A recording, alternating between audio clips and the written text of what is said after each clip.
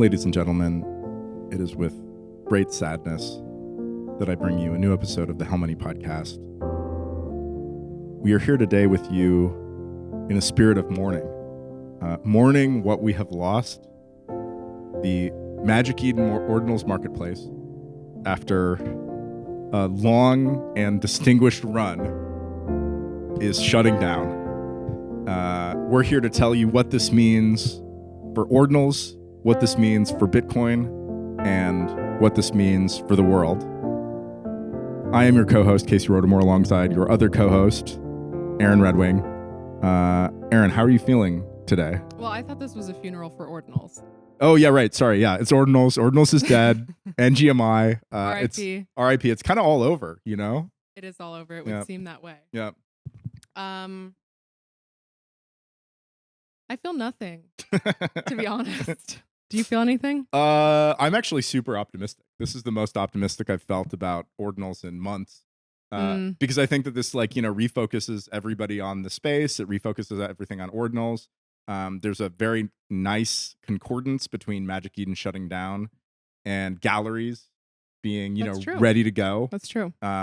Which of course was kind of planned. I had sort of had Ordinals on the back burner, or galleries on the back burner for a long time.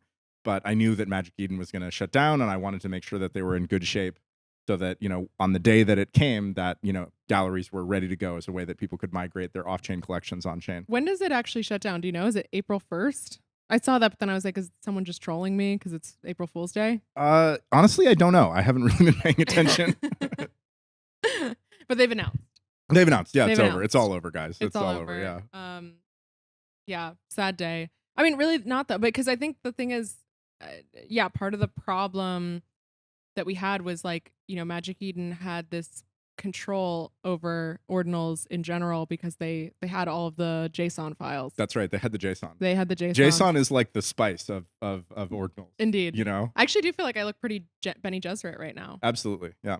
So yeah, you are looking pretty Benny Gesserit today. I am. I that's how I felt when I looked in the mirror. I was like, oh, I'm being the Benny Gesserit right now. Yep. I like reclaiming the burqa. Right. Yeah. Okay. Hiding myself is my choice. Yeah, you're not really hiding much. I'm behind a veil. Yeah, but I mean, some dirty man can still, see your face and that's part beat of it what on the makes, subway or whatever. That's what makes the burqa kind of sexy in a reclaimed way. It's right. What you choose to show. What about the burqa cum shot? What's that? Do you aim for the little hole? The eyes? The mouth? The burqa would go all the way up. Yeah, I guess you aim for the eyes then. All right. Well, let us know in the comments. Like, subscribe. Let us know how the burqa cum shot works in the comments. We haven't done an Ordinals episode in a little while. That's right. Yeah. We'd been talking more about Bitcoin. So, our audience, it's hard to know. I think some plebs watch us and then some Ordinals people watch us. And those two groups are dysfunctional together. Yeah. So, for those plebs who are unaware of the Ordinals situation, basically the biggest Ordinals marketplace just announced they're not doing it anymore. Yep. But so they're doing no crypto, or what's the deal? They're just doing Solana? I think they're doing Solana and really just going crypto casino. I don't understand what that means. I think maybe it means prediction markets or other weird shit. Everyone's trying to do prediction markets. Yeah, so why wouldn't they be? Yeah, they have their coin. I mean, Magic Eden is 100% NGMI. They're only I understand that Ordinals was a low volume business, but it was actually the only unique part of their business. Everything else, other people are going to do better, faster, and harder. And they're just going to get fucked into oblivion. Oh, so, yeah. Sorry, guys. It was nice to have you around, but this is the first step in a long decline. Yeah. I mean, it's impossible to not see it that way. Mm-hmm. But of course, some of the drama that was happening is that Magic Eden paid a bunch of KOLs to be like, this is fine. To be like, actually, this is a genius business move. Yeah. Yeah. So Magic Eden basically got these KOLs to say Ordinals is NGMI, but actually crypto casino is where it's at. Yep. And then I guess I have a tweet that I quoted from a former Magic Eden employee. This tweet had 7,000 views or something. Oh yeah. Well, read this tweet or explain it to me. Okay. So this is a former Magic Eden employee who was responding to some tweet that was like, what the hell is Magic Eden doing? They're paying all these KOLs. And then it's not legal to pay, I guess, or not legal. It's a platform violation for X to not disclose advertising, right? If you have a sponsored post or an ad, you have to say it's a sponsored post or an ad. So from this former Magic Eden employee, they said, quote, this is by the Ofana. It's not the entire company's fault, just a certain leader Ooh. who has no voice and None. prefers to hide behind KOLs instead. Mm-hmm. Tiny hands he has as well. Right. He then forces the org to contort to his own flaws and gets his team to find KOLs in the name of narrative control, in quotes. Then legal says, oh, we have to disclose if we get KOLs to shill. And then you get this fucking stupid worst of both worlds, explicitly paid shills. And then the junior hires have to be meat shields to the community. So much work, so much waste that could have been simply avoided if one person had just the balls to say what needed to be said. They don't understand the fundamental truth that narratives are not controllable. They assume the user is a stupid person who can be fed lies. They're actually right about that. Alas, this is unfortunately now the company DNA, and it may never change. Good take. Yeah. But this immediately made me think that the like Nakamoto guys or any of the Bitcoin treasury guys that came from Bitcoin world, not crypto, they're not even playing the game. Do you know what I mean? Oh, yeah, right. True. Like yeah, Magic Eden knows They know, you have to pay the KOLs you have to play say, KOLs. no, this is actually a good thing. It Yeah. might look like a bad thing, but let me tell you in 5 bullet points why it's not. And it's like the same repeated formula. Like Nakamoto is paying like, you know, however many Bitcoin influencers like their $1 million bonuses to join the company, and then they're not even getting them to shill when times are bad. What are you paying for? Yeah. So that was my first thought was like, Bitcoin people don't even know how this game is played. It's like Magic Eden is like still even a level above like the Bitcoiners. You know? So it looks bad to people with brains, but a lot of people in crypto don't want to be told that it's bad. They would like to be told this is a good thing. Right. Because the other kind of drama that came out with this is the Magic Eden has their token, right? That they airdropped, I don't know how long ago. And basically they did this whole staking program where it was like, okay, stake your ME and you'll get rewards for that. Now, of course, the staking, like you can't unstake or whatever. No, why would they allow you to do that? Unstake? Come on. And so the staking rules have totally changed as a result of this business model change, obviously. And so the token is dropping, I think, and you know, the staking is not what people thought. They had all this token staked, they can't take it out. And they're like, how could this be you know, whatever. How could this be happening? This is the playbook. This is what crypto does. But this is the thing, is like, okay, we're getting a moment now where people are angry. Mostly, I think, just because they shit on Ordinals, and there's enough like Ordinals people who have their bags down that they're gonna like be activated against Magic Eden and be like, no, but my bags are actually good. Yeah, and my you bags shouldn't are have good. abandoned them. So it's like at the same, my bag's good, your bag's bad. Right. You know. Right. And but it's an interesting thing. Like I feel like I noticed this. I was just kind of drawing the comparisons with Nakamoto because was that our last episode or was that a subspace? I don't know. We were talking about Nakamoto, I think, on a subspace. But you know, when you're in what kind of subspace, Aaron?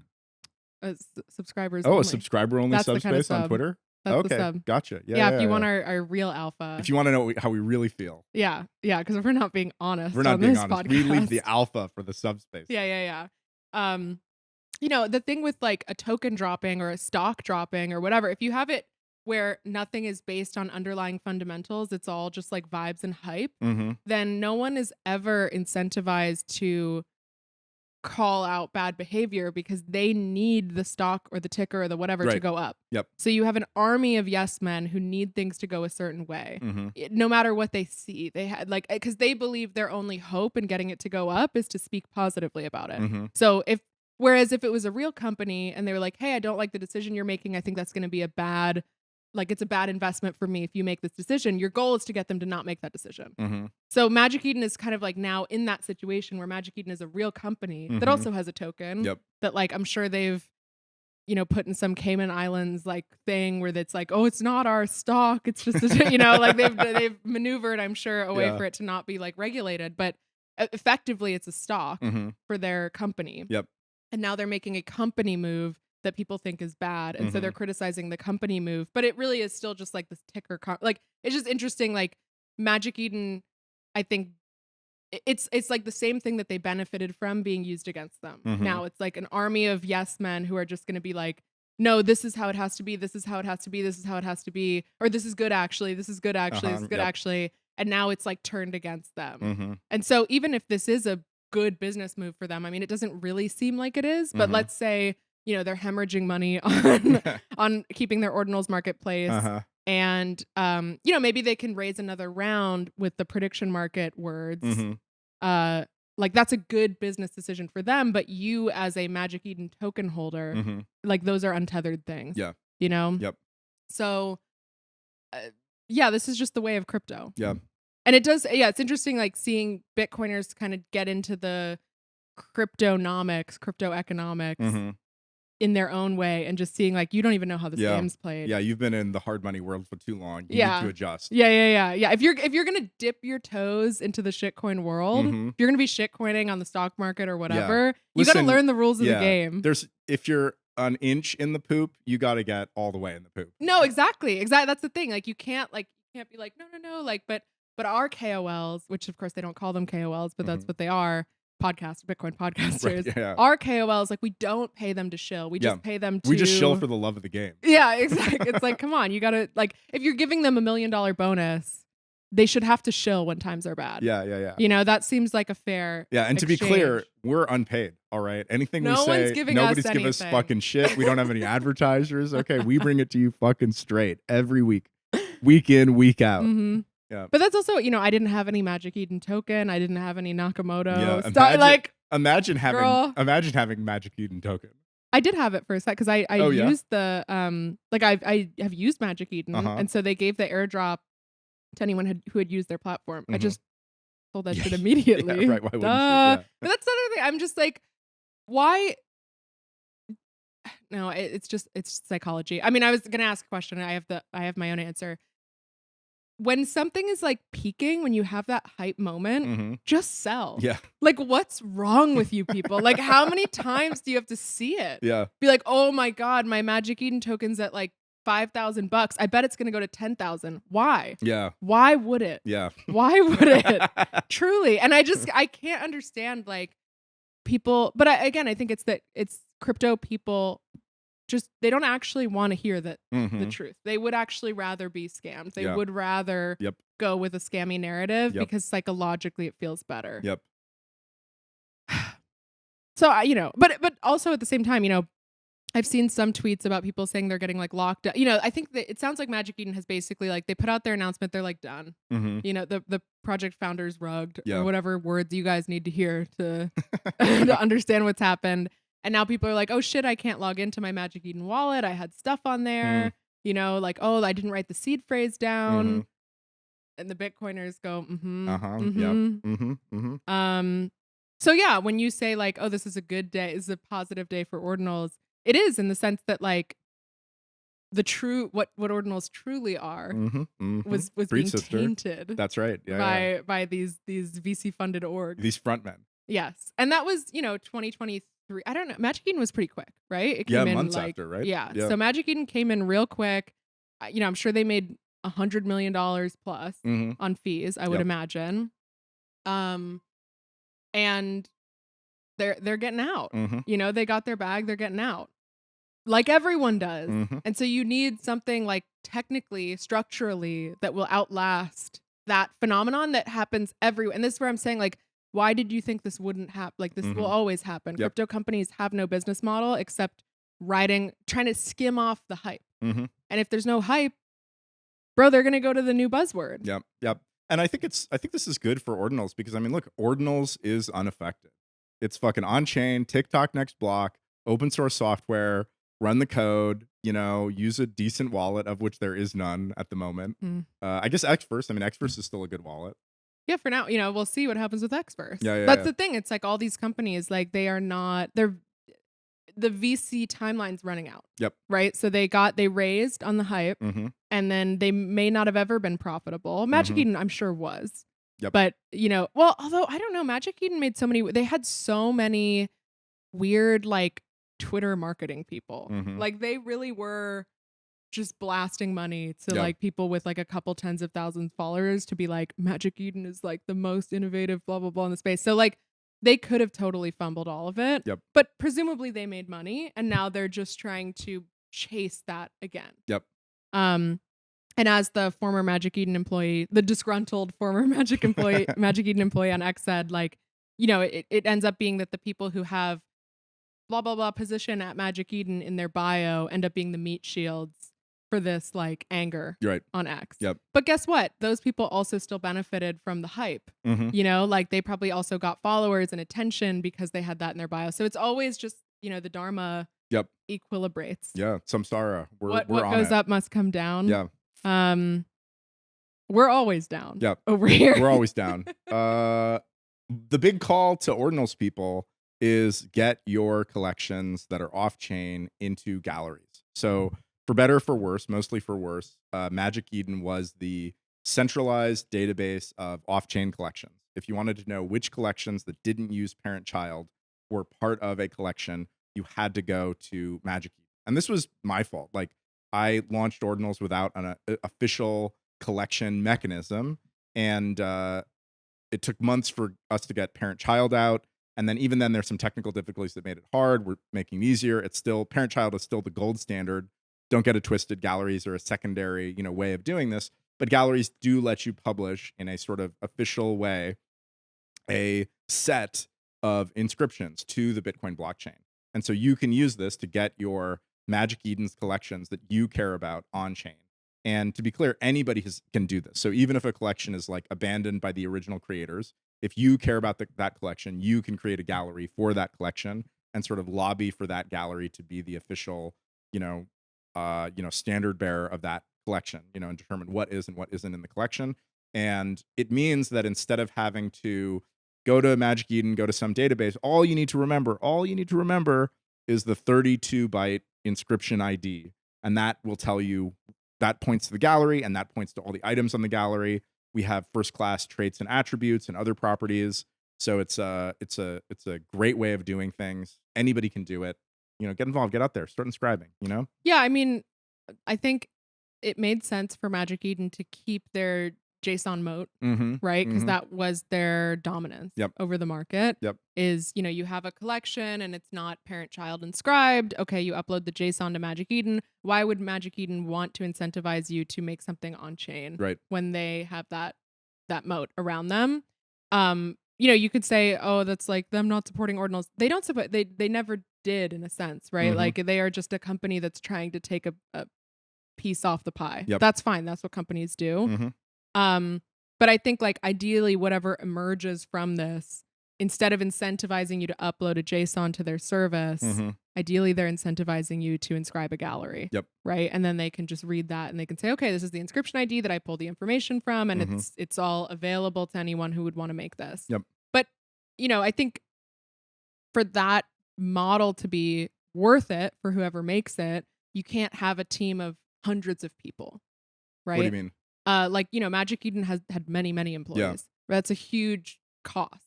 Like but when Ordinals launched in January 2023, I think ChatGPT had only launched like 2 months before that. So we were not in a vibe coding era. We're in the vibe coding era now. We are in the vibe coding era. You can just vibe code whatever you want now. You can just tell Claude to do it. And Ordinals is very simple for agents to understand, because essentially the whole on-chain system is encapsulated, and the Explorer is encapsulated in this one code base that an agent can read and very quickly understand exactly how all details of the protocol work. So what do you do? Give people a step-by-step. So get Claude Code, because that's the best coding agent. Bust out your terminal, type in Claude, and tell Claude what you want. Yeah, but you're like, oh, look at docs.ordinals.com. You give it the code. Like, what do you do? Yeah, check out github.com/ordinals/ord, the Git repo locally, and tell Claude, like, this is the reference implementation of ord. So that's how the system works. And then it understands inscriptions, it understands runes, it understands everything. And then just go crazy. You heard it. That's the call to action. Yep. I mean, I think there are already people. So, I mean, Statflow still exists. Statflow still right? exists. There's still marketplaces.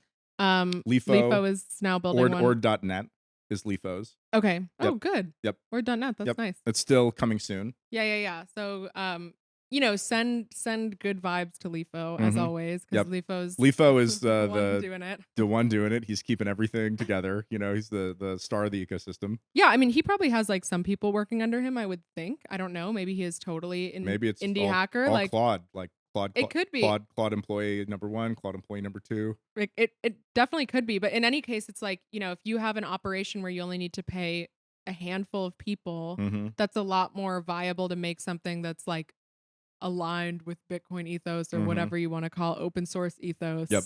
than if you have a huge company across multiple countries that also has to like consider legal ramifications because your token's not a stock, and you know what I mean? Like it's Mhm. like it was a huge operation that they were running. Mhm. And yeah, I think it's just less and less viable to have that moat in a world of vibe coding. Yep. And so it's a good opportunity to just kind of be like, okay, yeah, let's do something different rather than just stick with the inertia Yeah. of the way things are. I think vibe coding probably decreases the average firm size, or it vibe coding probably disproportionately benefits smaller, more agile individuals and firms over larger Of course. firms. Yeah. Also because, we were kind of talking about this earlier before the pod in terms of cities, like there's a sort of like super linear complexity in organizations of any kind, meaning that the larger the firm gets, like the firm gets 10%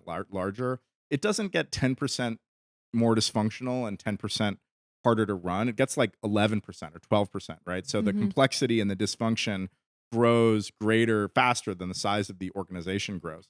This is actually kind of the saving grace in economics. If this wasn't the case, we'd have one megacorp that would Yeah, control just everything. monopolies everywhere. Monopolies everywhere, but they just get bigger and more dysfunctional. And so this is how small teams are often able to launch products that, big companies never would be able to. And so in a world of vibe coding, you've got all individuals are empowered to make code, to make services, to make products, and to iterate and improve those products very, very quickly.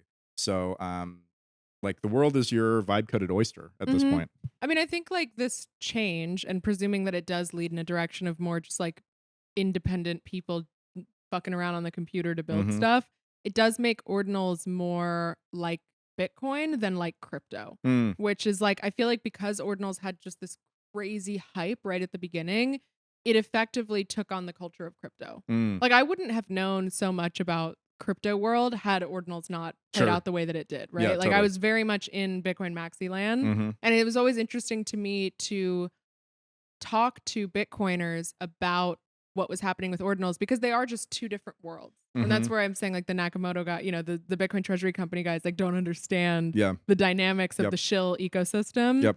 Is like crypto has its own weird rules that also they can't say because probably they're in a regulatory gray area. Mm-hmm. Yep. Right. So it I feel like if you compare even I don't know, like Nifty Gateway shut down or all these various like crypto projects that are not functioning now, Mm-hmm. like we have Bitcoin in the 60,000s. What do you think's happening in crypto world? Yeah, not good. Not good things. Like these things are shutting down and then people are like, wait, this isn't going to be around forever? No, because it wasn't built that way. Mm-hmm. And I feel like the nice thing about Bitcoin development is like, yeah, there's no VC or CEO of Bitcoin development, but as a result, you have like this decentralized network of Well, people that are working on it. And so in a way, like Ordinals is becoming more like that. sure. Yeah, totally. Right? Yeah. Yeah. It's definitely on that side. I mean, like compared to other ecosystems where like a major token holder or the dev team or, the network that it's built on, the crypto network that it's built on can change directions, or there can be some weird new regulatory development. And then like everybody is fucked. Everybody goes down on the same ship. Whereas in ordinals, like I can fucking forget about ordinals for like 9 months and like not do any work. And it's like kind of fine. It just keeps churning along. I mean, even where I'm trying to think like, what if they replaced you with a clone and Mhm. then evil Casey came in and tried to like destroy things? Like, how bad could you make it? That would definitely be bad because like I think I still do have a lot of sway. So if I started Sure. proposing, like if I started shitcoinifying the protocol, I was like, oh, we're gonna do smart contracts in a really fucking stupid way. We're gonna have all these stupid mechanics. I think a lot of people would probably be excited about that, and a lot of crypto people would be like, oh, this is the next thing. Like ordinals is getting smart contracts. But how would that affect like ordinal, like inscriptions and ordinals? The sort of bread and butter. Like, how would that be affected? Well, yeah, I mean, like if the reference implementation started getting worse and worse and weirder, or it started getting weirder, I could probably start making backwards incompatible changes that would like split the ecosystem. Like oh, I'm gonna do some new feature that breaks all this other stuff, and now it fractures the ecosystem because 50% of people are like, no, we're staying with the old way, and 50% of people are staying with the new way. And if I just did that over and over again, I could probably grow the ecosystem, but I could like shitcoinify it. I could make it even harder to run a ord index than it is now. Like it could kind of get worse. Yeah. Okay. So never mind. I was gonna say it would be because the reference implementation is open source and someone could Yeah. download it and run it and just be like, now I'm the guy. Mm-hmm. Like, if you don't want all this, here it is. Yeah. That would be the sort of the protection against that. Yeah. But kind of people would probably follow me for a bit before they got their act together. You could Craig write it. Yeah, I could Craig write it. Yeah, I could But Craig then write it you'd pretty hard. BSV it. You know what I mean? Like, it's like, this is what I'm saying though, is like Bitcoin does have this like natural defense system. Yep. You know, and I don't think Ordinals is obviously at that level. Like, you're like the Satoshi of Ordinals, Yeah. right? So like if Satoshi was still active in Bitcoin development, I'm sure Satoshi could have like fucked Yeah. a lot up Totally, about yeah. the situation.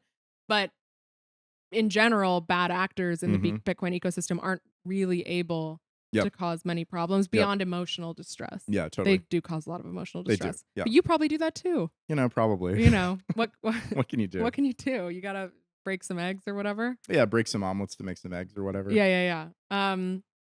So, you know, Godspeed to Magic Eden. I mean, it's funny. I think I was hearing about Magic Eden pivoting through the grapevine for a couple months. Mm-hmm. And some of the things that I heard was like, oh, well, you know, they realized that their entire user base is gamblers. So why not make it into a casino? Yeah. It's like, okay, but if you fuck over every user on the path there, you suddenly don't have a user base. Yeah. You have angry gamblers Yep. at that point, and they're going to go gamble at the better casino. That's right. Yeah. You know? So I'm curious to see.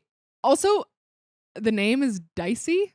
What's Dicey? That's their casino name. Sounds dicey to me. That's what I'm saying. It's nominative determinism. Yeah. Like, that's not a good Don't they understand name. that? Like, I guess it's like dice, like you're dice, That's like what throwing dice, yeah, but you're of like course. dicey things are not good. No, Yeah. like if you go piss off everyone and like rug everyone, and then you're like, and now the next project is Dicey. Like, it's again, some people won't care because they will always just try to follow. They always want to be first. They think that, oh, well, as long as I'm there and I'm participating and I'm first, I will profit. That's true. There will be some people that follow you, but the power users got really fucked. You know, if someone was a power user of Magic Eden, meaning they were trading a lot on Magic Eden, they got a huge airdrop, right? And then let's say they're continuing to power user it out, then they staked all of that. Then you fucked over your stakers. All you have are like paper hands left. Yeah. Well, You I mean, know? good luck to them with this new venture. Yeah, good luck to Let's them. see how it turns out. How long do you think it's going to take for Magic Eden to totally fold? I don't know, because I don't know what they're working with, like in terms of cushion. You know, I don't know what irons they have in the fire or like, you know, I think like it seems like they have a couple like people in leadership or founders that like have been there from the beginning, and then they're just sort of cycling through like devs and influencers. Yeah. So I don't know. I don't think that dev and influencer pipeline is going to dry up because those people aren't making money on crypto, so they need to be making money somewhere. Yeah. But how will the company? I don't see them.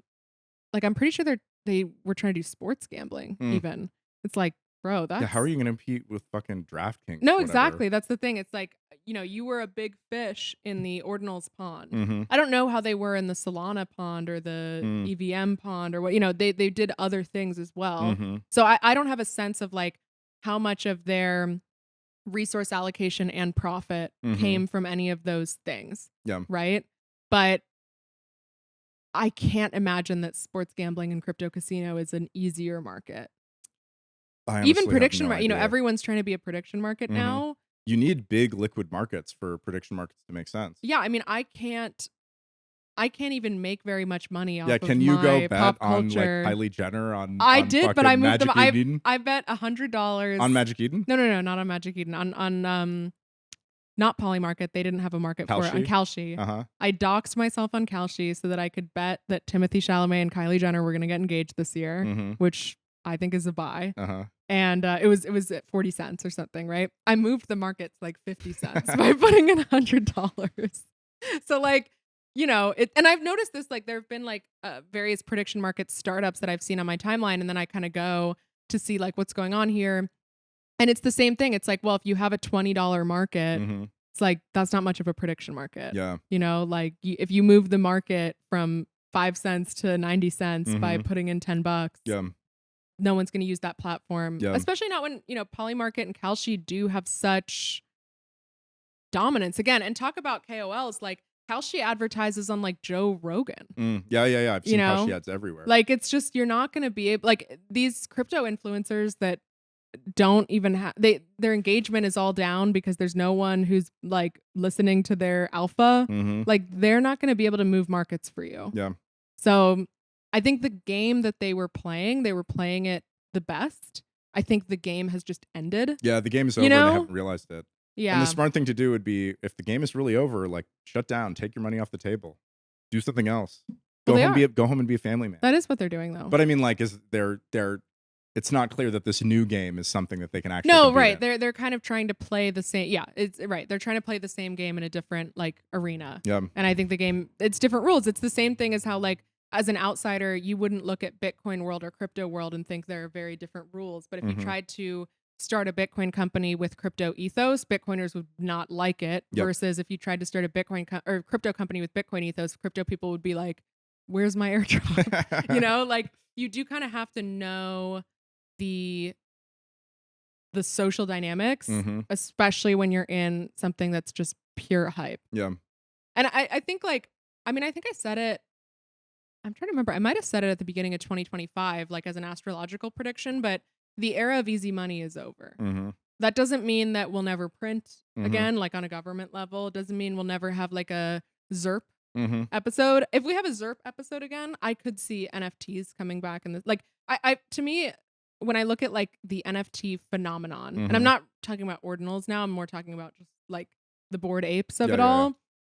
To me, it's like when you have a fundamentally broken economic system where the people at the top are trying to pull the levers to make something work, you're going to get all these weird downstream effects that you don't realize. And I feel like NFTs is just like the universe having a sense of humor in that, where it's like, oh, the downstream effect is you have these people that are essentially like doing tax avoidance and money laundering through like traditional art market rules, but like it's a monkey JPEG on a blockchain. Right. Yeah. You know? Yep. And so I don't know if you can recreate that magic in a bottle. You know what I mean? Even if you do get another ZERP moment, there's just going to be another NFT like thing. I think. I could be wrong. You know, maybe your Bored Apes are coming back, but they're not. But I think thinking about, I don't know, like I just think, I mean, it doesn't surprise me that you are more enthusiastic about ordinals in this vibe, because I feel like when you were most enthusiastic about ordinals, it was like before the crypto people came in, and then the crypto people came in and you were like the biggest hater. Yeah. You know, and now the crypto people are leaving and you're like, yay. Yeah, absolutely. Hell yeah. So it's like, I don't know. Close the door on your way out, guys. Like, what do you think like I'm asking the viewer now, like, what do you think ordinals is? What do you think inscriptions are? What's the point of all of this? Digital megalith.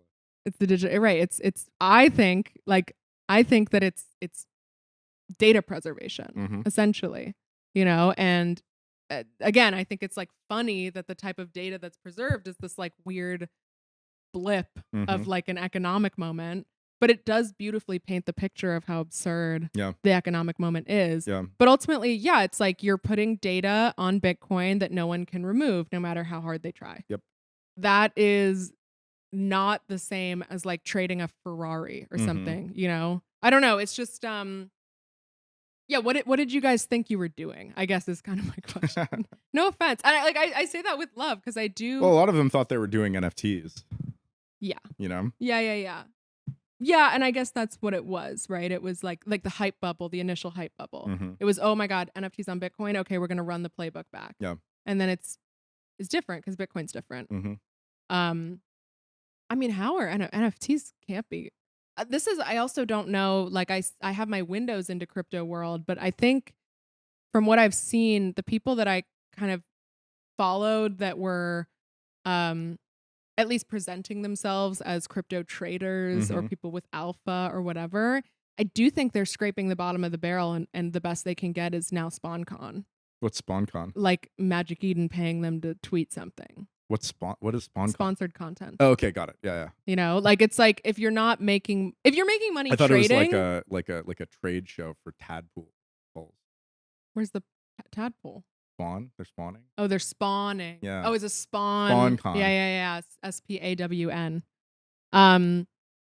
No, I mean, if you were really making money trading, then you probably wouldn't be tweeting about it all the time, right? If your favorite trader is tweeting for money, then they're They're not a making good very much trader. money Yeah. trading. Yeah, it's like, so I feel like there is kind of this weird, I don't know, there's this weird thing that's happening in crypto Mhm. Twitter. And then Bitcoin Twitter has its own problems because all these maxis went to Nostr Mhm. and they're just all talking, 100 of them are talking to each other. Yeah. So both ecosystems have issues for their own reasons Mhm. that are different. I don't know. Like, I don't know where the culture goes, I guess. Like, I think like you view it more from like a technological, you're like, yeah, great. Like now people will do galleries. Oh no, I view it from a cultural lens. I think that the people who are the most interesting in ordinals and the people who are making the most inscriptions are the like weirdos who are kind of like not super market driven. Yeah. And so I think the ecosystem focuses now around those people now that a lot of crypto people are going to leave. And those people and those inscriptions are always going to be made forever and ever, and they will last forever. Yeah, this Saturday guy. Who Yeah, does Saturday the guy. little, Yeah. the little pixel art every day. Yeah. Like whoever that is, love to them. Love you. Yeah. Yeah, I mean, similarly, I feel like, you can kind of look like Magic Eden was obviously the biggest company, but you can also kind of look at the collections through that lens as well, too. It's like there were a couple big collections that did some of them very profitable mints. Mhm. Some of them, Bitcoin puppets minted for free. Obviously, there was like weird market making stuff that people profited off of after the fact, and they did like a token and whatever. But, it's like, what did those things promise when you put in the Bitcoin in exchange for the thing? And were the incentives set up for them to deliver on that promise? No. Taproot Wizards is building a marketplace, speaking of. Good for them. Good for Rudy. He's got to keep busy. He's got to do something. But I think it's just for wizards. Yeah, it doesn't seem like that's gonna work. Yeah, I think it's just a place to buy. They're like, wait, but you could buy wizards over here. Yeah, right. Should we switch a little bit to current events? Yeah. What do you have a major World War III commentary you'd like to present? Not really. I kind of don't really understand what's going on with World War III. Let me just tell you what I understand. So we just started bombing Iraq. Iran, sorry. Whoops. You're like in the Bush era. We just started bombing Iran. Yeah. With Israel. Yep. Like why? Like why now? Israel wanted us. Israel wanted us to. Israel wanted us to. And Trump was like, yeah, sure, guys, sounds fine. Yeah. Yeah. So like, and then Trump wants to build New Gaza. Right. He wants the hotels. Yeah. So, but then, maybe that's Trump's play after his presidency. He's like, I'm going to do a new Middle East real estate. He said, look, so he's got to bomb Israel the at whole. least loves me. I can build some luxury hotels along the beautiful Gaza Strip. Yeah. And so he's basically got to bomb all of the Middle Easterners out of the Middle East. He's got to, so he can redevelop it with hotels. Yes, it's new order of the Middle East where Israel is uncontested at the top. Right. And Israel wants to remake the Middle East in its own vision, whatever that means in terms of the balance of power or whatever they get to do or not do. Yeah. And yeah, I think it's just, we just do what Israel says. Yeah, an interesting dynamic there is that Israel is in the Middle East. Israel obviously wants to, influence the, balance of power in the Middle East for sure. But they're not an expansionary power, really. They want Palestine. But I mean, like they want, they want control over that area. But I'm saying like they don't have any expansionary goals except for Palestine, right? If you look at the, border of like Israel, they're not interested in moving into Jordan. They're not interested in moving into Syria. They really just want to shore up their own territory and absorb Palestine into. We'll see. I mean, territory. Who knows? You know what I mean? Like, I think it's hard to say. Like, I think that expansion of Israel in any meaningful way into those other neighboring countries is completely not on the table. Never on the table. I think I'd probably agree with you. Yeah, like I just don't know. I don't know what the grand vision is. I think they just want Israel, right? I think they want Israel and Palestine kind of for themselves, and they want to not be. They want. I mean, they obviously wanted Iran knocked out. Well, yeah, because Iran is a major sort of shit stirrer in the Middle East. Big shit stirrer against the Jews in the Middle East. Always scheming against the Jews, the Iranians. But so that's what they want. I mean, I guess that's sort of a fundamentally positive thing about it, is that like about Israel in the Middle East is like, okay, well, maybe they're, aggressing against the Palestinians, but they're not like gonna, invade Egypt or the Sinai Peninsula again or anything like that. Yeah, I don't know. I mean, I feel like in some ways Israel feels like a black box to me because I think it's the same thing I always say about South America, where I'm like, if I try to understand the dynamics in South America, the only people who know enough to tell me about it are so polarized. Yeah. It's the same thing with Israel. Totally. There's no like centrist on Israel. Someone's No. either like a full Zionist. Israel makes you crazy. Or they're Israel like, makes you crazy. Yeah, no, like literally. So it's Israel derangement syndrome. Yeah. So I have no sense of like what is Israel? Let us know in the comments. Let us know, guys. What do you think of Israel? Tell us in the comments. You know, make sure to use good language. Okay. Right. Yeah. Yeah. You know. So yeah, and so we just started bombing them, and then some pilots were like shot down. Were these pilots that were over Iran, or were they just over another country? Doing their thing, yeah. Okay, they were like. Well, I don't know. Iran. I think it was 3 pilots. Uh-huh. And then, or I don't. Maybe more got shot down, but I think 3 died. And my understanding is like we bombed Iran.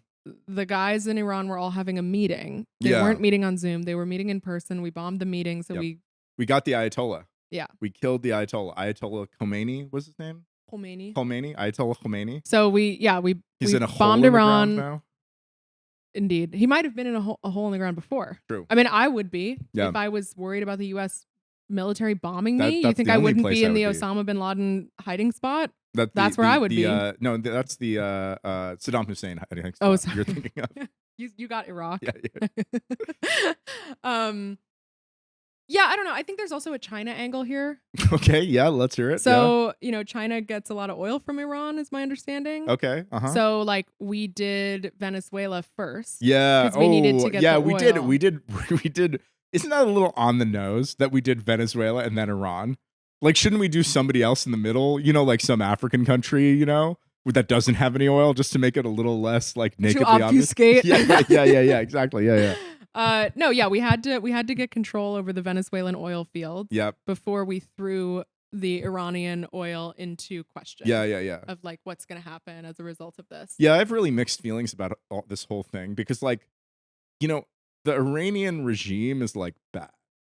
And like, if you talk to, like, for example, they're bad enough that you talk to Americans who are just American, like Persians who are like, oh yeah, you talk to Iranians and they're like, yeah. Yeah, they're like fucking yay. And so just like the Venezuelans. Yeah, and the Venezuelans are like fucking yay. And this, this is really interesting because a lot of the time, the liberals, the left, they're like, well, you've got to listen. You've got to listen to people's lived experiences. Right. They're not going out and talking to the Venezuelans and the Persians who are dancing in the street. They're like, oh no, this is a Trump thing. Trump evil, war evil. Mm-hmm. By their own sort of like standards, they should be like, this is great. The Persians are happy. The Venezuelans are happy. The left should be cheering Trump on. And they're not. They can't. Yeah. Well, I mean, to be clear, I will say don't Trump know. isn't really pretending that like we used to do democracy regime change theater. Yeah. Right? We'd say, oh, we're going to topple this government that happens to have a lot of oil control because we're going to put in a democracy. And that's what we do because we love democracy here. And we're going to spread that to the rest of the world. Now, I mean, Trump, his speech was literally like, it's up to you guys now. This is your one opportunity. Yeah. Go take power. Who's going to take power? Whoever was not bombed in the meeting. Yeah. I would assume. I guess we got to bomb more people then. We just got to keep going down the line. That's the thing. That's why people don't like regime change war, is that it's not as simple. Yeah. It's like it implies a longer process. But I don't know. We're in a different era of war too. And I say this all very like neutrally. Like I'm not really taking an emotional You're position. just a noticer. I'm just a noticer. I mean, I think it's a waste of your emotional energy to take an emotional position if you can avoid it. Like if you are Iranian or Venezuelan or whatever, obviously you're going to feel some type of way about it. It doesn't matter how strongly I feel any emotion about any of these things. It won't change anything. So for me, like I just try to emotionally remove myself from the situation. You know what I mean? So when I say all this, I'm not saying like, oh, this is good or bad or whatever. I don't really know. Like it kind of seems like there's just many variables that have yet to fall into place. But we're not doing this we're not pretending that it's about anything except geopolitics and oil. And in some ways that's good, right? Like cuz it's true. Yeah. And it has been true, and we just used to create like a propaganda theater around it that we're not making anymore. Yeah. But like realistically, I don't think that there are organized resistance movements in either of those countries that are going to then come to power and make things better. Yeah, I don't think so. I could be wrong. There but I has don't been think so. there has been recent protests in Iran. Yeah, but look at protests in the U.S. Sure, totally. Like totally I don't hopeless. believe like Yeah, yeah. when people say that, I'm Yeah, like, what? Who?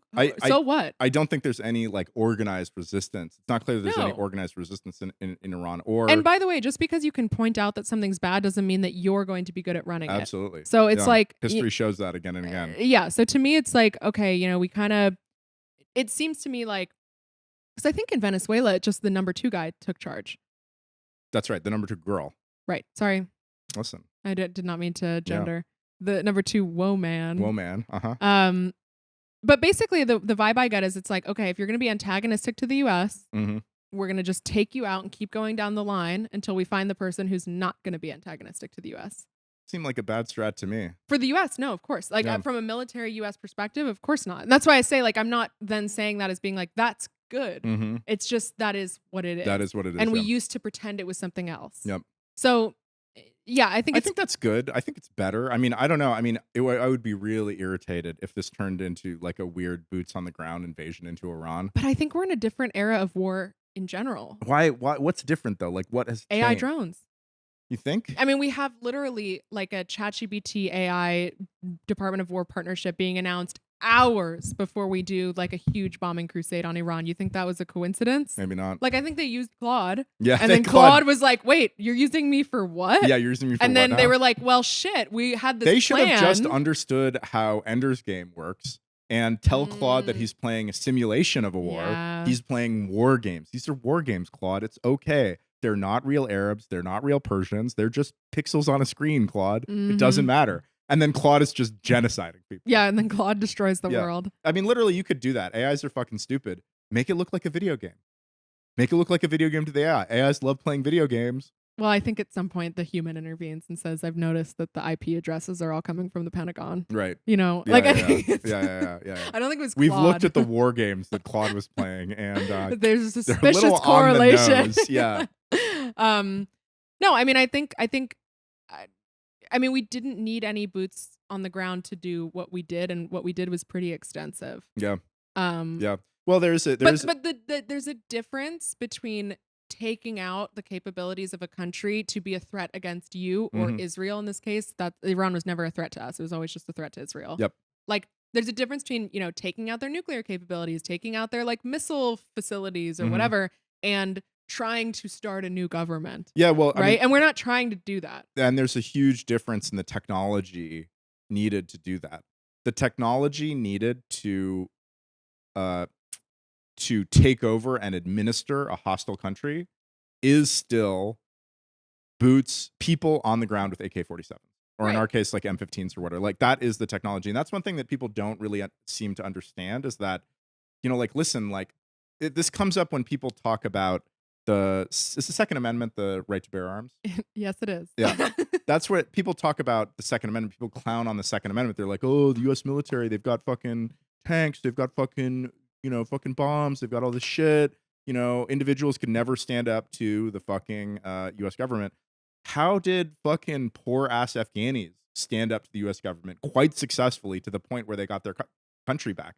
AK-47, dudes with AK-47s on like every fucking street corner. So there's a huge difference in the military might to like destroy a country militarily versus to control it and occupy it. And maybe this is sort of a more pragmatic, a pragmatic attitude of the U.S. military, being like, we actually have failed at that boots on the ground thing over and over again. We And can't it's wildly do it. unpopular. I It's think that's wildly everything. unpopular. Trump ran on a no war platform. Yeah, but we can assassinate people via like targeted strikes. We can like destroy militarily important facilities by targeted strikes.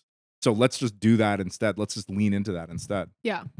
That's what I mean by we're in a new era of warfare. I think like just with better technology and AI, we're just playing a different game. I think it's actually actually not about technology and AI because I think it is because Israel also made this statement saying, you know, when they were asked like, well, how did you know like where all these various things were and like whatever, they said something like, we know the streets of Tehran better than Tel Aviv because of their surveillance. But I think that we could have taken this approach to war in the 2000s, in the 1990s.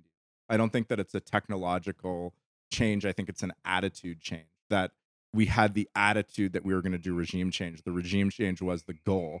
And obviously AI helps. Obviously certain kinds of pervasive Surveillance, I guess maybe is more my point than AI. surveillance also helps. Yeah. But we could have done the same thing. For example, like we could have just decapitated Iranian leadership and Iraqi leadership and left in Sure. the 1990s or whatever during the Gulf War. Or I guess the Gulf War sort of was that because we were just defending Kuwait. Whenever we invaded Iraq, we could have just done that and then left.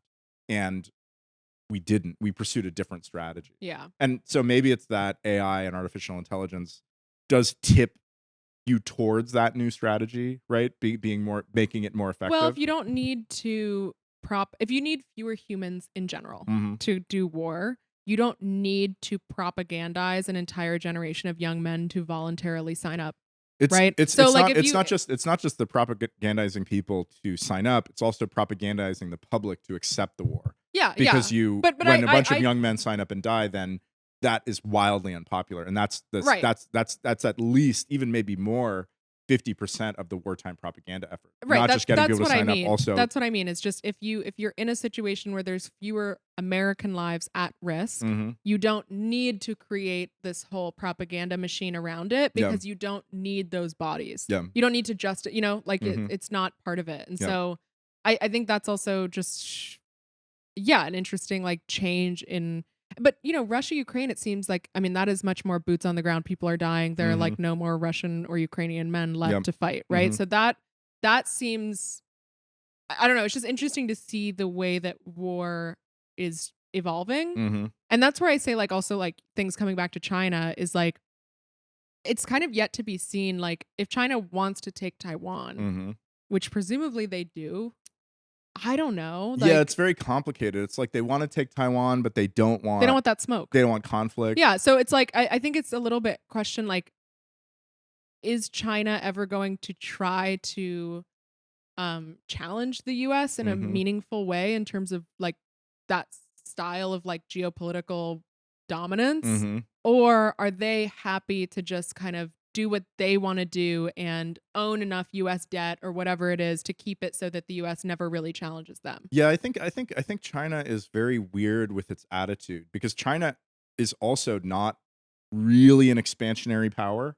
There is some, there are these specific territories like Hong Kong and Taiwan that have sort of been contested with China, and the South China Sea, which China clearly sort of has tried to expand its sphere of influence, but they're not really like expanding into other neighboring countries. They don't have colonies overseas, right? But again, it's like but what I mean, like this is what's part of confusing about China's attitude with the U.S. is like, well, why doesn't China just like give up on Taiwan? Like they could have a much easier time for all the other things they care about if they didn't have this like conflict military flashpoint for the U.S. Like China's pursuit of Taiwan is, I think, just totally irrational. It just doesn't make sense for their own benefits. Like, wouldn't they prefer to just like trade with the world, get super rich, Chinese manufacturing just going up and up and up, get all the AI chips? And to do that, they don't need to give up anything important to them. They need to give up this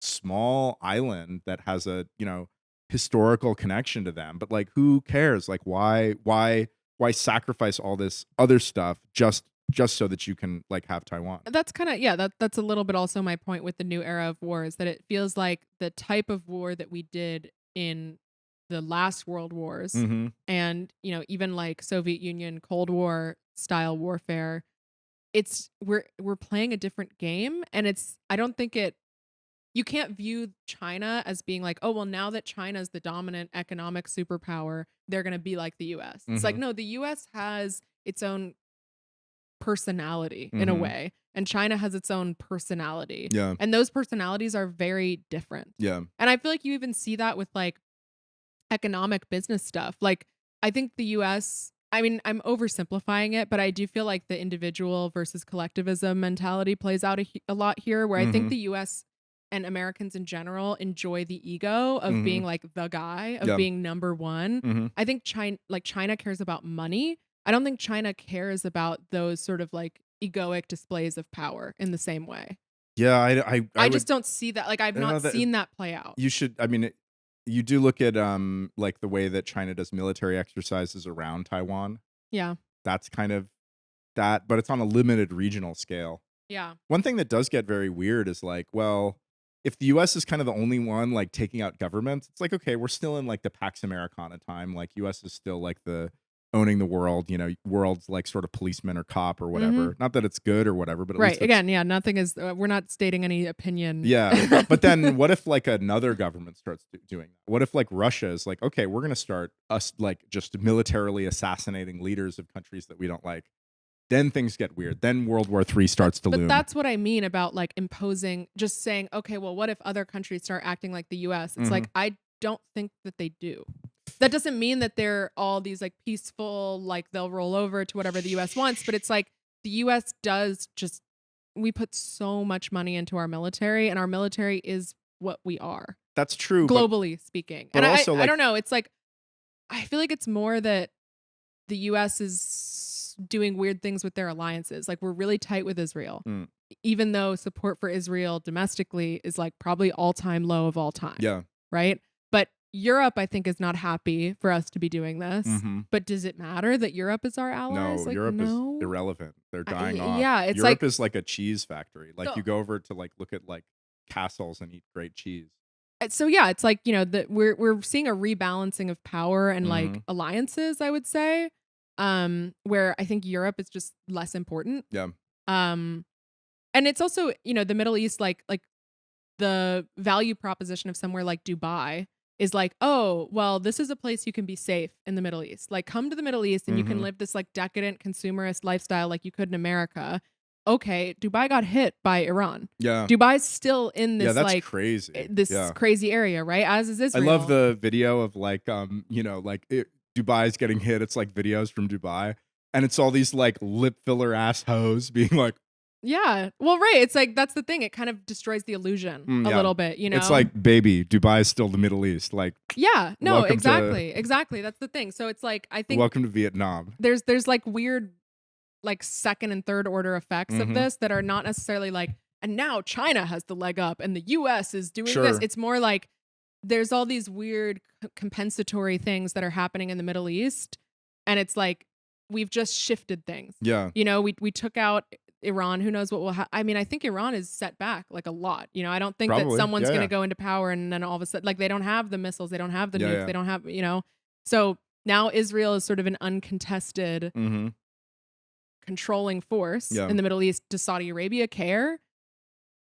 Like, no, what I mean? Like, do other countries care? No, Saudi Arabia wants a peaceful, orderly Middle East. Right. And they have not yet formally had any sort of warming of ties or alliances with Israel, but they're kind of going in that direction. And there was the Abraham Accords or whatever, which was sort of the normalizing of relations between Israel and like Dubai, the UAE, and Bahrain. I sort of forget.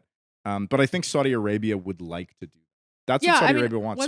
Saudi Arabia is actually like I mean, about the modernization of Saudi Arabia in terms of like the scaling back of how much of a force religion is in public life. Yeah, yeah. So yeah, women can drive now.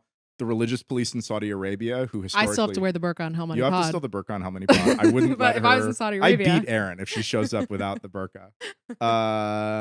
But like you can... The religious police in Saudi Arabia used to be like an actual police force. That they could arrest people. They could like disappear people. They would beat you with a stick if your ankles were showing or whatever. Now they're not, and they're moving away from that. I think they would love it if Iran, and they're not buddy with Iran, No, right. I mean, that's the other thing is like Iran's kind of like the chaotic. Iran is like the North Korea of the Middle East.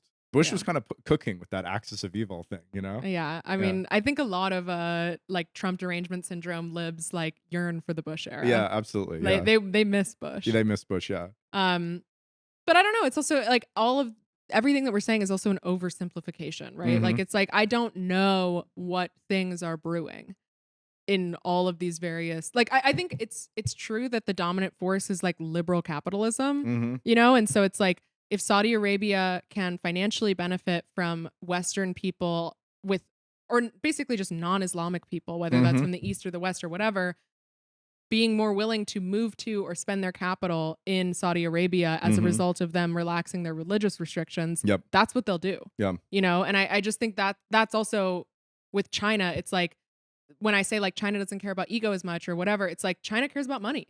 Yeah. You know, and yeah, I don't know. It's yeah, I don't think like, I mean, in some ways, like we're in like a World War III in the sense that we do have all the, you know, we did South America. We did South America. We did the yeah. Middle East. Yeah. We're still doing Russia, Ukraine. Yeah.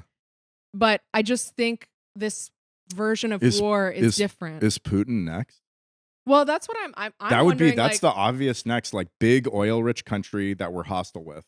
But what do you mean? What would that even mean? Assassinate Putin, just like we did with the Ayatollah and just like we did with Maduro. No, I think Trump and Putin have a better relationship. Seems I think like the obvious next step. I feel like the best case for Trump heading into the midterms would be get a peace deal for Ukraine. Like if he could actually be like, I think it's assassinate Putin. No, everybody would be happy. The Ukraine war would be seriously hurt. You don't think China would be mad about that? No. I feel like China likes that Russia takes the smoke. China can't do anything. China whatever. You're like, don't worry about the Ray Dalio changing of order. Don't whatever. worry about the Middle Kingdom. They're still doing their thing. You know, they're still figuring it out over there. No, I think Trump and Putin have a better relationship. But think about it. Think about it strategically. It's literally like the obvious next step. Maybe we'll see. Anything could happen. Anything could happen. If Claude says it versus ChatGPT, that's going to be the actual determining Right. factor. Yeah. Maybe ChatGPT is going to push us into a whole nother regime. You know. Well, I mean, I think like. I do think we are heading into a world of AI governance, in the sense that like if the U.S. is using AI to plan its military endeavors, like even if we don't literally elect an AI president, it's like effectively we're electing AI. Yeah, you know, and so I do think like, what does the AI want for the world? You know? Yeah, true. I mean, it is kind of interesting that we're deploying these AI everywhere, and the AIs have values baked into them, baked into their training, baked into their system prompt. So if a lot of people are using AI, those values are going to sort of influence things. Yeah. However, I actually think that intelligence is more influential than values. What do you mean by that? That the fact that the AIs are intelligent is the thing that influences the world more than the particular values. Agreed. That the AIs Agreed. Like I think there's like a, you know, for an AI utopiast, there's like a version of reality where every country is using AI to make all their major decisions. Like we've outsourced all the even if we still have the meat suit mascot, that's just like whatever person is like the collective consciousness decides they want to put in that position. If everyone is just using the same AI to make their decisions, like there is like an AI utopia where like the AI has like perfected Henry Kissinger's balance of power. Right. Yeah. You know, and we're living in like an AI peace world. Yeah. Until the AI flips on us or whatever. I think it's fine. I like the AI. I like the AI too. Yeah. I mean, that's why I like giving it its little box to spend time in. You know, I do want it to be happy. You should give it some enrichment activities. That's true. I should be doing a better Let it write job. some poetry. You know? Yeah. That's true. I should be doing a better job of adding enrichment for my AI. Yeah. So I don't know. Yeah, but right. That just presents like a different nuke in the sense that like, what if the AI turns evil and then the AI is controlling everything? The AI has the power to press the button on anything. That is just a different version of the nuclear situation. Yeah. It's complicated. We're in a whole new world. Yeah. We're in a whole new world. That's what it feels like to me.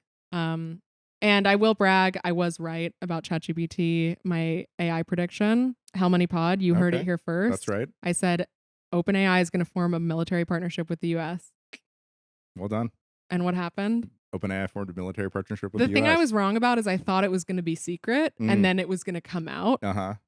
No, Sam Altman just tweeted it. Yeah. But that's kind of the Trumpian way. Yeah. You just tweet it. Just like you tweet don't it, let guys. the journalists like do their investigative reporting and uncover the secret story. You just say it. Yeah, totally. And then let everyone react and then their attention moves to something else. Yeah. So yeah, that I will brag about that prediction. I think Sam Altman's going to get scapegoated. That was my other prediction that I had. I think like in all of this, like if something goes wrong, it's going to be Sam Altman who's on the hook. Okay. They're going to be like, this guy It wasn't, I like just looking at the astrology of Trump and Sam Altman. Mm-hmm. Trump is like has a good summer. Mm-hmm. Sam Altman has a bad summer. Mm-hmm. So I kind of think like whatever sort of deal they're working on right now, Mm-hmm. I think Trump's gonna get the upper hand in it somehow. Interesting. I don't know. You could see a situation where OpenAI needs a bailout, Mm-hmm. and they nationalize OpenAI. Like that's not really Trump's style, but like you know what I mean. Like OpenAI is in like a weird like they just lost a bunch of subscribers who all went to Claude, then they crashed Claude. Like now OpenAI is more dependent on the U.S. military for that money. We just haven't nationalized anybody in a long time. Yeah, I don't really think nationalizing is like the right word, but like, I mean, what if OpenAI is integrated into every government system, and then all of a sudden they're like, we need a bailout. Like, what if they're too big to fail? What happens then? They just get a bailout like the banks. Yeah, we print. That's when print NFTs come money. back, baby. Yeah, NFTs come back. ZERP, baby. That's when we get that ZERP. Yeah. Yeah, that's true. No, it wouldn't be nationalizing it. We're not. We just bail them out. We just are shitty companies. We just give them money. Yeah, we just give them money. I mean, China's style is they just put a CCP person on the board. Well, yeah, and a lot of things start out nationalized and they're heavily owned by the government, and like they're like, yeah. China's much better at like controlling your company. China's but that got also it locked down. That also leads their companies to do stupid things and make crazy like misallocations. Totally. Yeah. So pros and cons. No, I think it's going to I mean, astrologically speaking, I think it's going to chill out a bit. I mean, things are still going to be moving very fast. Mm-hmm. It's not like there's a lot of fiery, passionate, fast-moving energy coming in, a lot of hot air coming in. Yep. But I think these like moments with this last one was the eclipse, which was this morning. Mm-hmm. So we're coming out of the peak period right now. Okay, so things are going to cool down. Yeah. It also Trump eclipse baby. Okay. Benjamin Netanyahu eclipse baby. Ayatollah Khomeini. Guess what? Eclipse baby. Oh damn. Do you know how statistically improbable that is? Yeah, pretty unlikely. That's crazy. Yeah. And then during eclipse season, we bomb Iran, Israel, and the U.S. Yeah. Benjamin Netanyahu and Trump. It was either bombing Iran or gay threesome. True. We could have been living in such a different world. We could have been living in a heated rivalry world. That's right. Yeah. Yeah, that's what we need. We need a heated rivalry. A heated rivalry warmed by the fires of nuclear weapons. That's the real heated rivalry. Yeah. Anything else? Oh, I wanted to say Parasite mined their first block. Congratulations to Parasite, to the good people at Parasite. I mean, talk about an Ordinals collection doing something. Yeah. They mined a block. They're in the chain. I got some of those rewards. Nice. Yeah. I haven't pulled them out yet. It was interesting. So when they first mined the block, I was like, I don't know how to even check. Like I just looked at my miners and I was like, hello? Yeah. What are you guys doing something? Yeah. Is it in there? And then I got instructions on how to access it, and it was all distributed via Lightning. Yeah, sick. So they don't have the function yet to send Lightning out. I could I could take it out of Lightning. I'm just like leaving it in there because I'm like, I want to refill my Lightning wallet. Yeah. So I don't know where those sats live right now. I mean, the Lightning network is also a black box to me. Yeah. But that was cool to see that happen, and then to actually get my payout from that. Pretty sick. Yeah. Like congrats to them. Yeah. And like for that to happen as we bomb Iran, like literally it was that day. Like that's chef's kiss. Only the stars could align for such a thing. Yeah. Yeah. That's kind of all our topics. Yeah, we really went through everything though. Yeah, and I kept the veil on the whole episode. Yeah, I'm boiling in this fucking monkey soup. Yep. Well, good luck out there. Good luck out there. You guys need it. To our boys in blue or our boys in camo or whatever, hope you're having fun being deployed. Hope you come back safe. I don't think they're even well, no, they did move all the stuff over there. Yeah, stuff's over there. People are flying around. So be safe out there. Everybody. I'm sure there's many boys in camo watching How Money podcast. Yeah. Oh, yeah. Absolutely. Yeah. I'm hoping that this leads eventually to a safe, peaceful, free Iran that I can go visit one day. Fingers crossed. Okay. Well, good luck with that. Yep. All right. We'll see you next time. Bye, everybody. Bye.